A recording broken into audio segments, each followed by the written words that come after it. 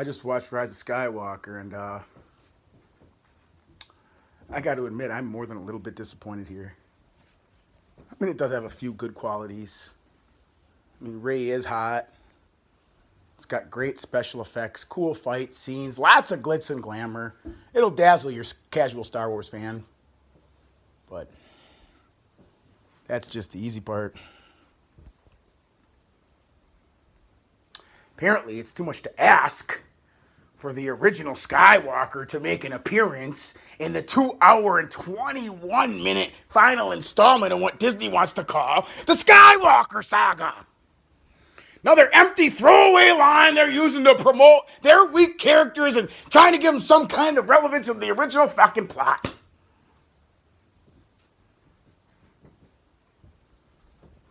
Let me give you a brief history lesson here, Disney, because you obviously don't know anything about Star Wars. In my hand, I hold the original trilogy book. On the cover of this book is none other than Darth Vader.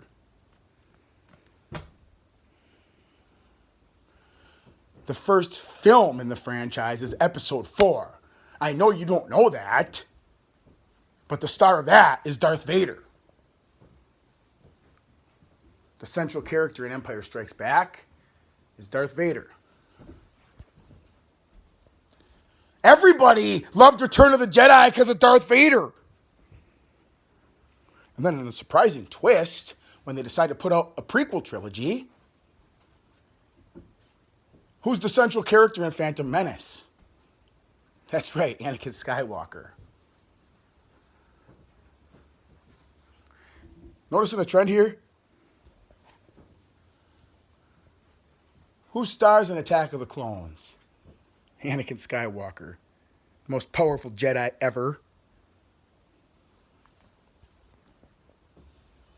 I'll give you one guess who the main character in Revenge of the Sith is.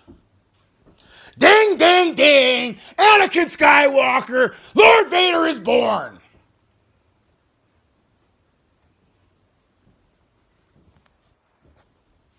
I will not recognize this as canon. I refuse to watch the Skywalker name get dragged through the mud like this.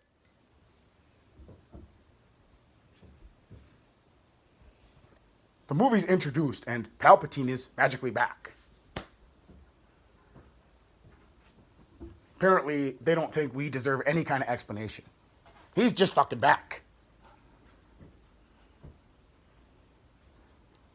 In the opening, Kylo Ren is described as being in a rage trying to find this Phantom Emperor that is releasing these fucking hidden messages from the grave. Somehow, he's kept himself hidden the whole time, but he's magically in control of the First Order here. Yeah, right. Don't buy it.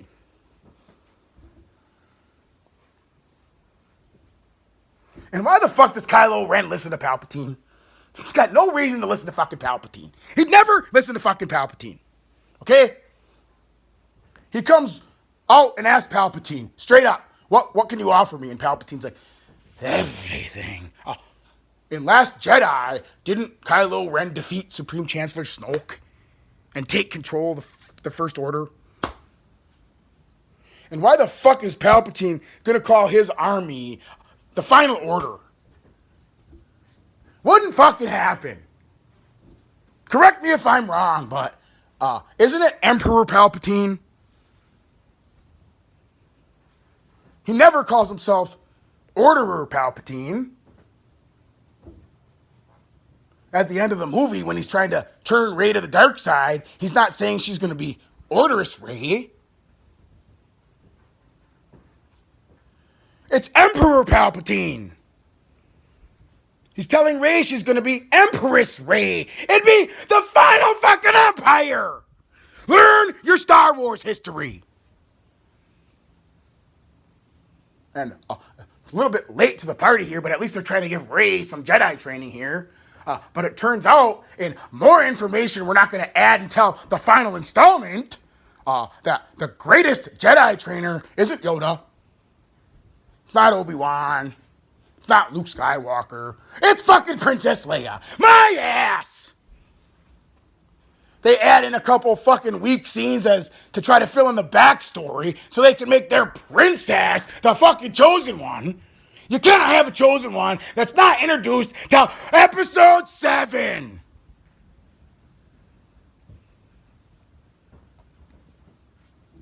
And I still don't know what the fuck happened with Kylo Ren.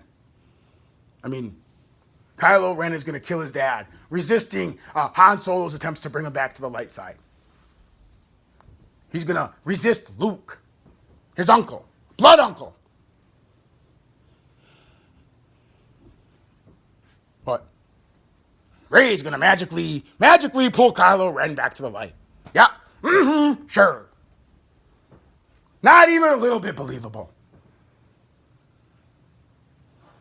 Rey can magically force heal Kylo Ren after stabbing him with his own saber. I mean, if it were that easy, don't you think the council would have force healed Anakin when he got part of his arm cut off? Don't you think Princess Leia, who can magically train Jedi now, would have force healed Luke after he got his hand chopped off by Vader? And Luke's Force Ghost is pretty fucking amazing. I mean, he could just raise ships up.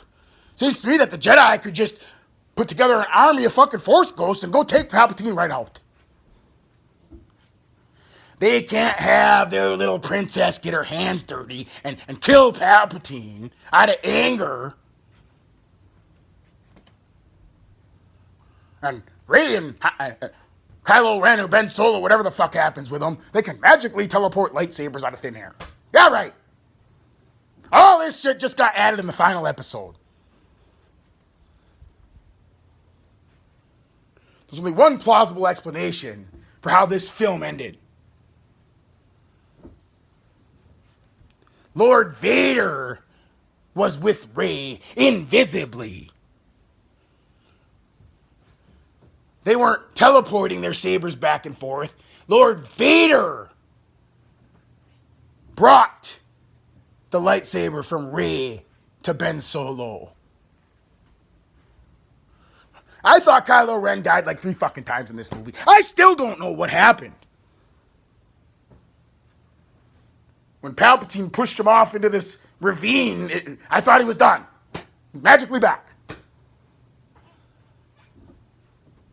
And then, I don't know what the fuck happened. I mean, Rey basically gave him the kiss of death. But don't worry, in the next installment of movies, he'll magically be back with no explanation. Bunch of fucking amateurs here.